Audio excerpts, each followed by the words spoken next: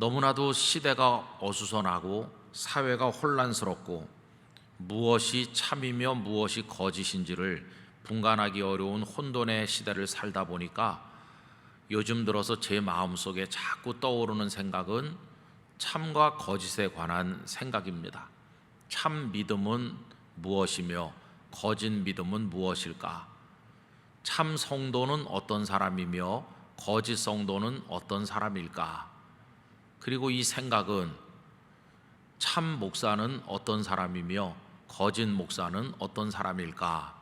이런 데까지 미치면서 제 마음속에 계속해서 그런 주제들이 떠오르고 있습니다. 여러분, 그러다 보니까 불현듯이 생각나는 누가복음의 말씀이 한 절이 있었는데 18장 8절에 이런 말씀이 있습니다. 내가 너희에게 이르노니 속히 그 원한을 풀어주시리라. 그러나 인자가 올 때에 세상에서 믿음을 보겠느냐 하시니라. 성경 읽다 보면 참 우리를 불편하게 만드는 말씀이 많은데 이 말씀도 그 중에 하나입니다. 믿음을 보겠느냐. 여러분, 우리는 나름대로 하나님을 믿는다고 자부하고 그리고 예배당에 드나들면서 그리스도인으로 산다고 애를 쓰고 있는데 예수님께서는 믿음을 보겠느냐 이렇게 반문하시는 겁니다. 그래서 이 말씀이 대단히 두려움을 가져오면서 영적인 근심을 하게 만드는데, 그러면 내 믿음은 어떻게 되는 건가? 영락교회 성도들의 믿음은 참인가 거짓인가? 내 믿음의 상태는 어떤 것인가? 이런 것들을 생각하게 된다는 것입니다. 영락교회 성도들이 주님께서 원하시는 참 믿음이 되셔서 여러분들이 참 성도가 되는 복을 얻으시기를 간절히 원합니다. 도대체 어떤 믿음이어야 될 것인가? 여러분, 이번에 양궁이 4개의 금메달을 따게 되어서 우리나라의 효자 종목임을 다시 한번 증명하였습니다. 제가 궁금해서 한번 찾아보았더니 그 선수들이 쏘는 그 관역의 크기가 그 지름이 122cm, 1m 22cm라고 합니다. 맨 바깥쪽이 10점부터 시작해서 정중앙이 1점부터 시작해서 정중앙이 10점이죠. 그런데 그 10점 관역의 크기는 그걸 10분의 1로 나눠서 12.2cm라고 합니다. 그러니까 요만하죠. 그러니까 70m 거리에서 요만한 사과를 맞추는 것과 같아요. 여러분, 신앙은 마치 그 10점 관역을 쏘는 것과 같다고 생각이 들었습니다. 10점이어야 되는 거죠. 예수님께서는 우리가 10점을 쏘기를 원하시는 겁니다. 그 바깥에 1점, 2점, 3점, 4점, 5점, 그러다가 어떤 때 9점을 쏘아도 아무 소용이 없는 때가 있어요. 10점이지 않으면 9점은 무의미하게 되는 때가 있는 게 아니겠어요? 그래서 예수님께서는 10점이 아니면 전부 거짓이다 이렇게 말씀하신다는 것입니다. 대충 5점, 6점 정도 쏘면 되는 거야 이렇게 생각을 하면서 예수님을 믿어서는 안 된다는 것을 깨닫게 됩니다. 그런데 여러분, 요한복음 6장에 보면 한 5점, 6점쯤 쏘던 사람들 이야기가 나오는데 어느 날 무리들이 예수님께 왔지요. 그 숫자는 대단했습니다. 예수님께서는 그들을 가르치시고 먹을 것을 주셨죠. 보리떡 5개, 물고기 2마리로 배가 부르도록 그들을 먹이셨습니다. 그러자 사람들이 흥분했습니다. 이 식민지 지배에서 살기가 어려운 터에 이런 분이 등장하시다니, 가르침도 주시고 가만히 있어도 배를 불려주시는 이런 분이 나타나다니 굉장한 흥분의 도가니가 되었습니다. 그래서 그들은 공연한 수고를 할 것 없이 이 예수라 불리는 이분만 붙들면 모든 것이 해결되겠다는 생각을 하게 되었고, 그 다음 날도 예수님께로 몰려들게 되었는데 마치 예수님이라는 그 10점 관역을 맞추기라도 하려는 것처럼 예수님께 가까이 나오려고 노력했습니다. 그런데 어느 순간 그들은 보이지 않는 유리벽에 가로막힌 사람처럼 예수님께 가까이 갈 수가 없었습니다. 바깥에서 소리질러 외쳤죠. 예수님, 우리들이 왔습니다. 이렇게 하는데 예수님은 시큰둥하시고 별로 그들을 환영하는 것처럼 행동하지 않으셨습니다. 그러면서 그들이 이해할 수 없는 동문서답 같은 말씀들만 계속 하신 것이 요한복음에 길게 나옵니다. 우선 예수님께서는 그들이 당신께로 나오는 동기에 대해서 꾸지람을 하시듯 말씀하셨는데 6장 26절에 보면 예수께서 대답하여 이르시되 내가 진실로 진실로 너희에게 이르노니 너희가 나를 찾는 것은 표적을 본 까닭이 아니요 떡을 먹고 배부른 까닭이로다. 배불렀기 때문에 또 먹을 거 얻으러 나온 것밖에는 아니지 않느냐, 이렇게 하셨어요. 그러면서 그들이 원하는 떡이 아닌 당신이 떡이라고 하는 이상한 말씀을 하셨죠. 53절에서 55절을 보면 예수께서 이르시되 내가 진실로 진실로 너희에게 이르노니 인자의 살을 먹지 아니하고 인자의 피를 마시지 아니하면 너희 속에 생명이 없느니라. 내 살을 먹고 내 피를 마시는 자는 영생을 가졌고 마지막 날에 내가 그를 다시 살리리니 내 살은 참된 양식이요 내 피는 참된 음료로다 라고 하셨습니다. 자신들이 원하는 것과는 전혀 다른 말씀을 예수님께서 계속 하시자 자신들의 기대가 채워지지 않는 것을 확인했을 때 그들은 다 예수님을 떠났습니다. 오늘 본문 66절이 그것이죠. 그때부터 그의 제자 중에서 많은 사람이 떠나가고 다시 그와 함께 다니지 아니하더라. 가장 비극적인 일이죠. 다시는 예수님과 함께 다니지 않았다. 예수님과 남남이 되었다. 무관한 자가 되었다. 그나마 5점이라도 쏘던 사람들이 이제는 0점짜리가 되고 만 것입니다. 여러분, 왜 이렇게 되는 것일까요?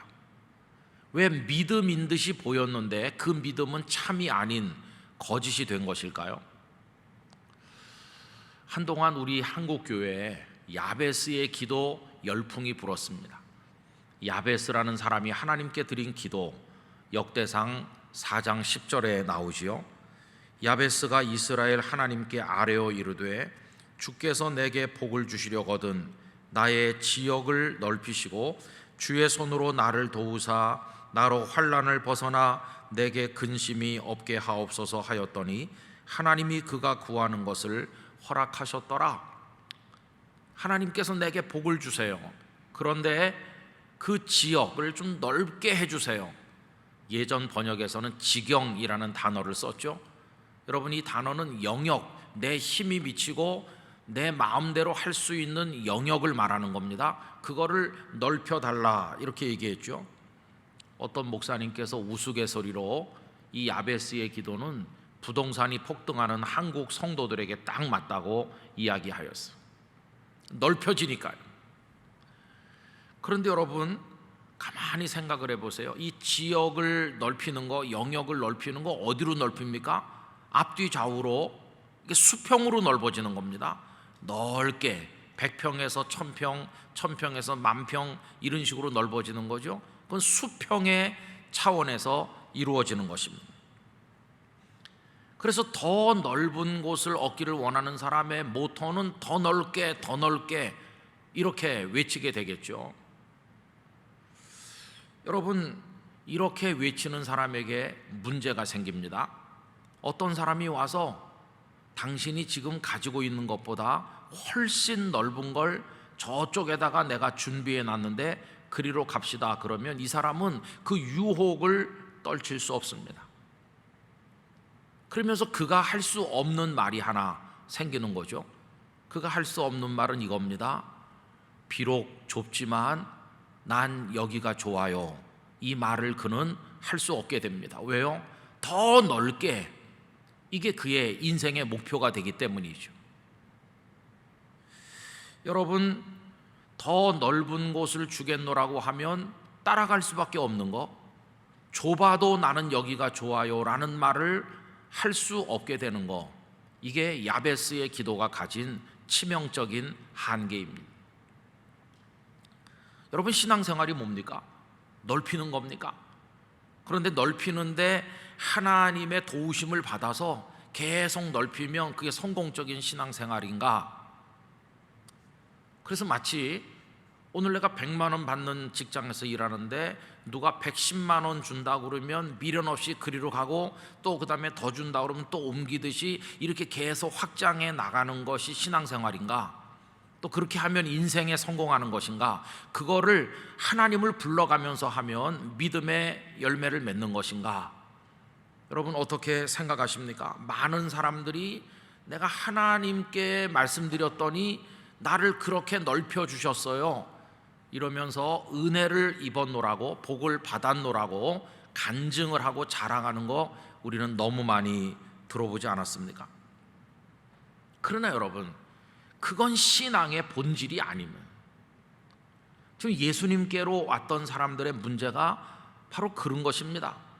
지금 식민지 지배를 받으면서 부엌에 먹거리가 떨어지고 그리고 일터에 일감이 없어서 지금 굉장히 곤고하던 차에 이렇게 애쓰지 않아도 가만히 있으면 먹여주실 분이 등장했으니 내 삶의 터전, 그 부엌과 일터, 이거 이제는 내버리고 더 넓은 곳, 저 예수라는 분에게로 가보자, 이러면서 예수님을 찾아오는 거죠.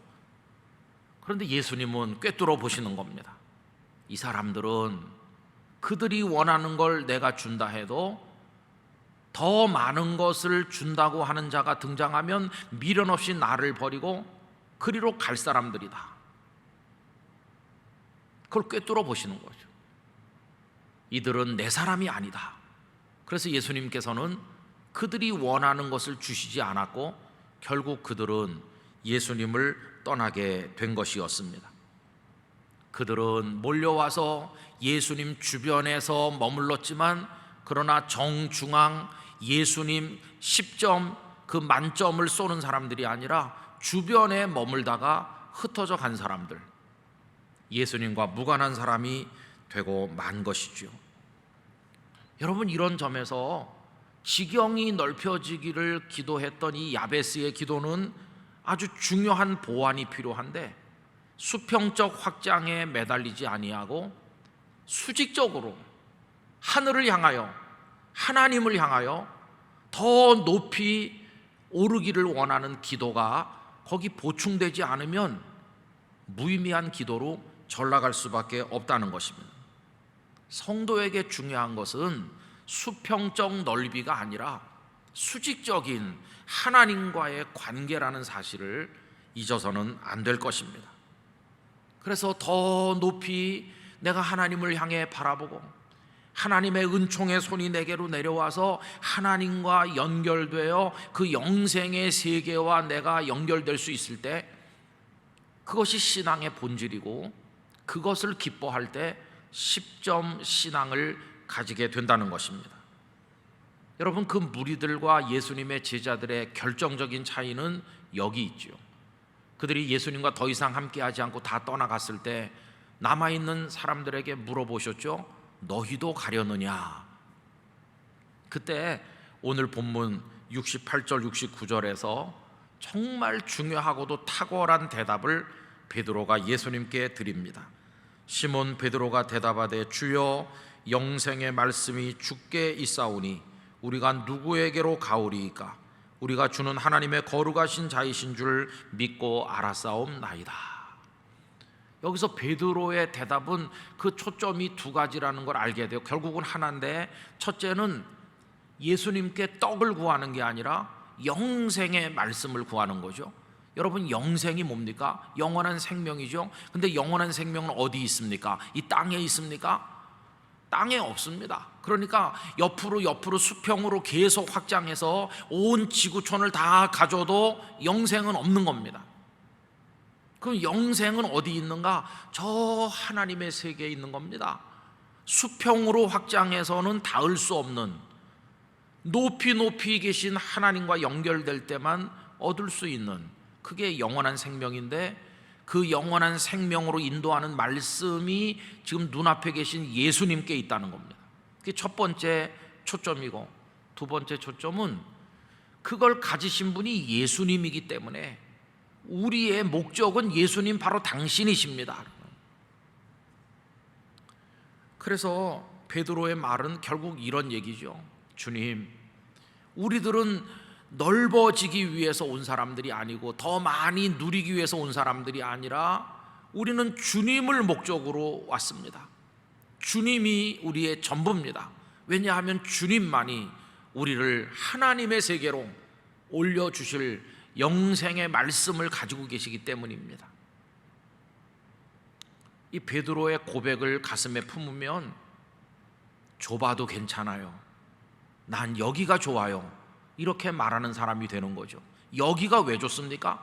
좁디 좁은 거기가 왜 좋은가? 거기가 하나님과 연결된 곳이기 때문에 좁아도 나는 여기가 좋아요라고 말하는 사람이 되는 것이죠. 성도 여러분, 수평적 확장을 복으로 이해하시면 안 됩니다.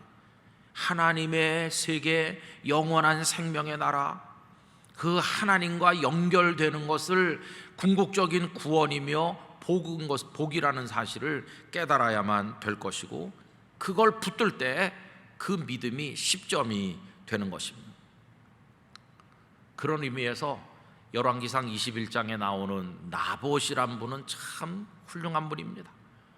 나봇의 포도원이 있는데 아합 왕이 포도원을 탐을 내면서 나봇에게 그걸 팔라고 해도 팔지 않죠.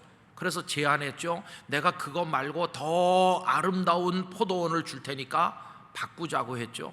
그러나 나봇은 상대가 왕이지만 한마디로 딱 잘라서 거절했습니다. 조상 때부터 물려받은 기업이라는 겁니다. 아니, 더 넓고 더 좋은 거 준다는데 왜 옮겨가지 않나요? 조상 때부터 받은 기업이다. 여러분, 이 기업은 언제 받았습니까? 이스라엘 백성들이 가나안 땅에 들어가서 지파별로 땅을 분배할 때 이 나봇의 조상들도 땅을 분배받았고 거기다 포도원을 만들었고, 그게 지금 대대손손 내려오는 건데, 이게 소중한 이유는 넓기 때문이 아니라 포도의 열매가 많이 맺히기 때문이 아니라 조상들에게 물려받은 것이고, 그건 결국은 하나님이 여기가 너의 터전이다, 이렇게 하나님이 주신 거기 때문에 더 넓은 아름다운 포도원 소용없습니다.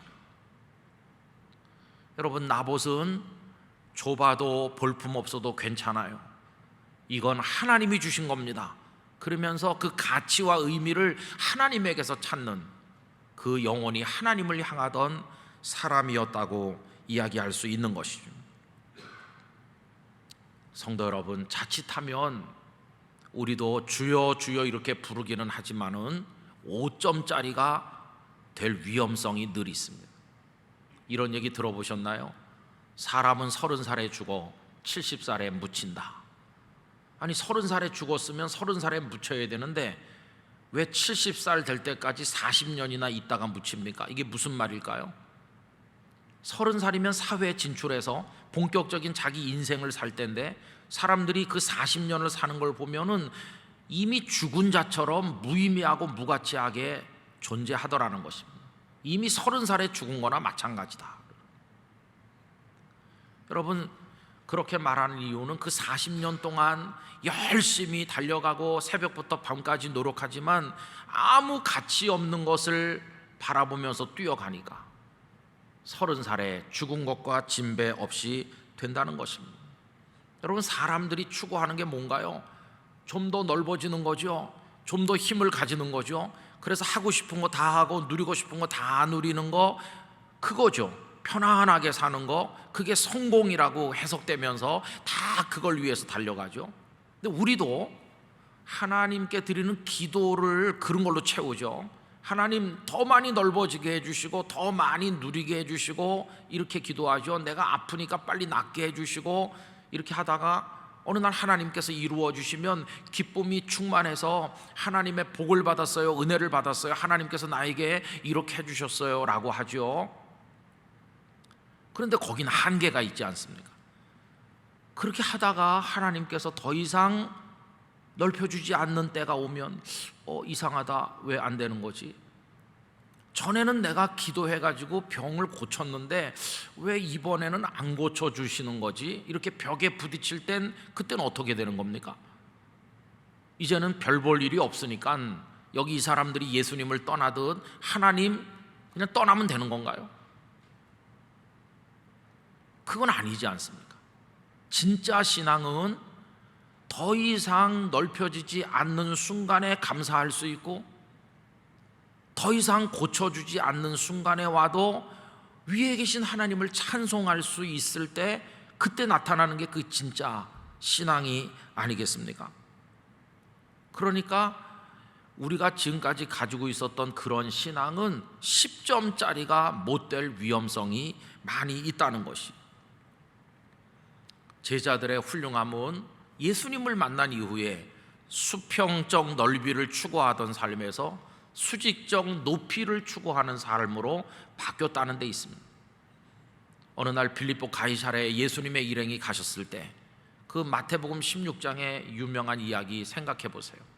거기는 아우구스투스 신전이 거대하게 세워져 있던 곳입니다. 지금도 그 흔적이 그대로 다 남아있죠. 사람들이 다 꽃다발을 들고 향품을 사들고 재물을 가지고 그 아우구스투스 신전에 가서 제사를 드리고 환호했을 겁니다. 거기 잘 입은 사람들이 드나들었겠죠.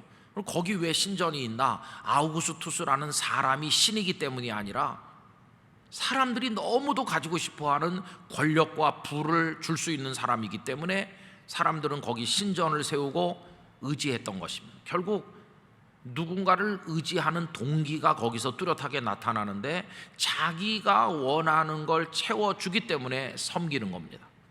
결국 자기 욕망, 자기 탐심을 이루기 위해서 무엇인가를 숭배하는 거죠. 그게 우상숭배죠.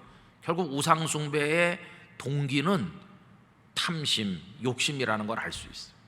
그래서 골로새서 3장 5절은 탐심은 우상숭배니라. 우상숭배를 왜 하느냐? 자기 욕심 때문에 그거 이루려고 하는 거죠. 그 욕심은 결국은 계속 수평적 확장을 이어나가려고 하는 거, 그게 인간의 욕망이 아니겠습니까? 여러분, 만약에 베드로가 그거를 추구했다면 이 초라한 예수님 버리고 꽃다발 사들고 아우구스투스 신전에 가서 엎드리는 게 맞지 않겠습니까? 그런데 베드로는 그 거대한 신전을 바라보면서 반면에 너무도 초라하게 서 계신 예수님을 바라보면서 고백하기를, 주는 그리스도시요 살아계신 하나님의 아들이시니이다. 주님, 저기 저거 가짜입니다. 우리는 저기서 사람들이 얻으려고 하는 그런 거 얻으려고 당신께 온 게 아닙니다. 당신만이 우리를 구원하는 주님이시고, 당신만이 저 위에 계신 하나님의 아들이시고, 다 멀리 바라보는 사람들 중에 당신은 위를 보게 하시는 분이시고 생명의 주님으로 우리에게 오신 분임을 우리가 믿습니다. 그렇게 베드로가 고백을 한 것입니다. 그때 베드로에게 하늘의 문이 열리는 것이죠.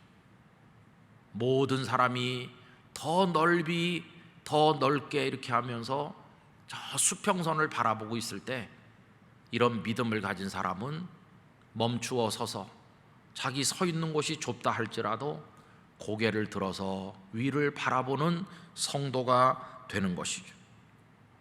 성도 여러분, 아무리 옆으로 뻗어나가 지구촌 전체를 내 손에 쥔다고 할지라도, 온 세상 이 땅을 다 가진다고 할지라도 그건 문자 그대로 땅과 함께 멸망하는 것입니다.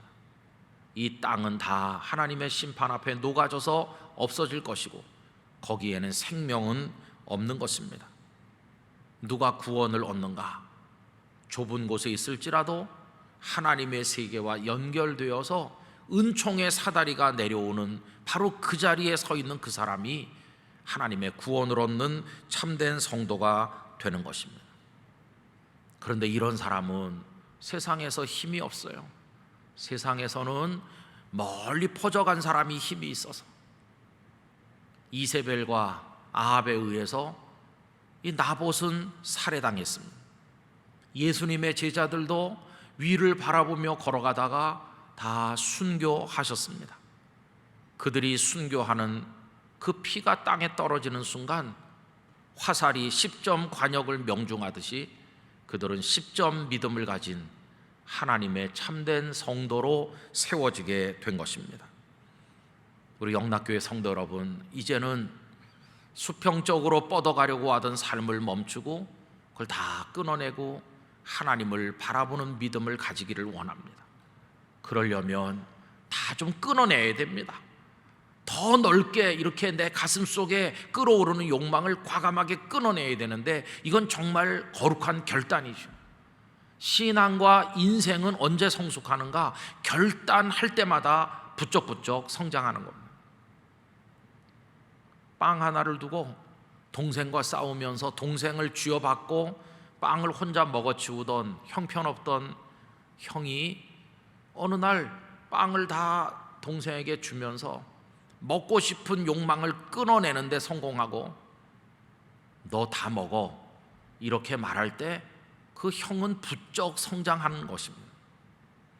형이 주면 좋아서 다 받아먹던 동생 녀석도 어느 날 반 뚝 떼서 형 반은 형이 먹어 다 먹고 싶은 욕망을 끊어내고 형에게 반을 도로 내밀 때 그 동생 녀석도 그 결단을 통해서 성장하는 겁니다. 여러분, 그저 예수님 주변에 머물러 있다고 참 신자가 되는 건 아닙니다. 끊어낼 것 끊어내고 우리의 욕망을 다 잘라내고 하나님을 바라봐야 됩니다.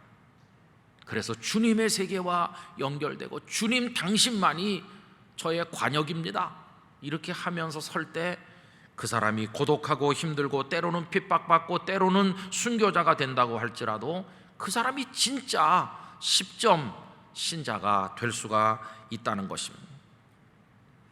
그래서 이제는 우리는 수평적인 차원에서 살던 삶, 저 먼 데만 바라보던 삶을 이제는 눈을 들어서 위를 바라보는 전환을 경험해야 되겠고, 더 넓게 이렇게 외치던 것을 이제는 더 높이 이렇게 마음속으로 외치는 사람이 돼야 되겠습니다. 많은 사람들이 더 넓어진 것을 자랑하면서 먹고 마실 때 더 높아진 사람들, 그래서 위로부터 내려 밀어주시는 주님의 은총의 손을 붙든 사람들은 주님과의 깊은 교제를 통해서 세상 사람들은 알 수 없는 기쁨을 맛보게 될 것입니다. 참 믿는 자가 있겠는가? 세상을 두루 살피시던 하나님의 눈이 바로 그런 사람을 주목할 것이고, 주께서 그들을 끌어올리실 때 영원한 생명의 사람이 될 것입니다. 우리 영락교회 성도들 모두가 이 혼란하고 거짓되고 복잡한 세상 속에 위장된 거짓 은혜, 진짜인 듯 하지만 사실은 멸망으로 연결되는 그런 것들에 속지 마시고 참 신앙으로 참 성도가 되시기를 진심으로 축원합니다.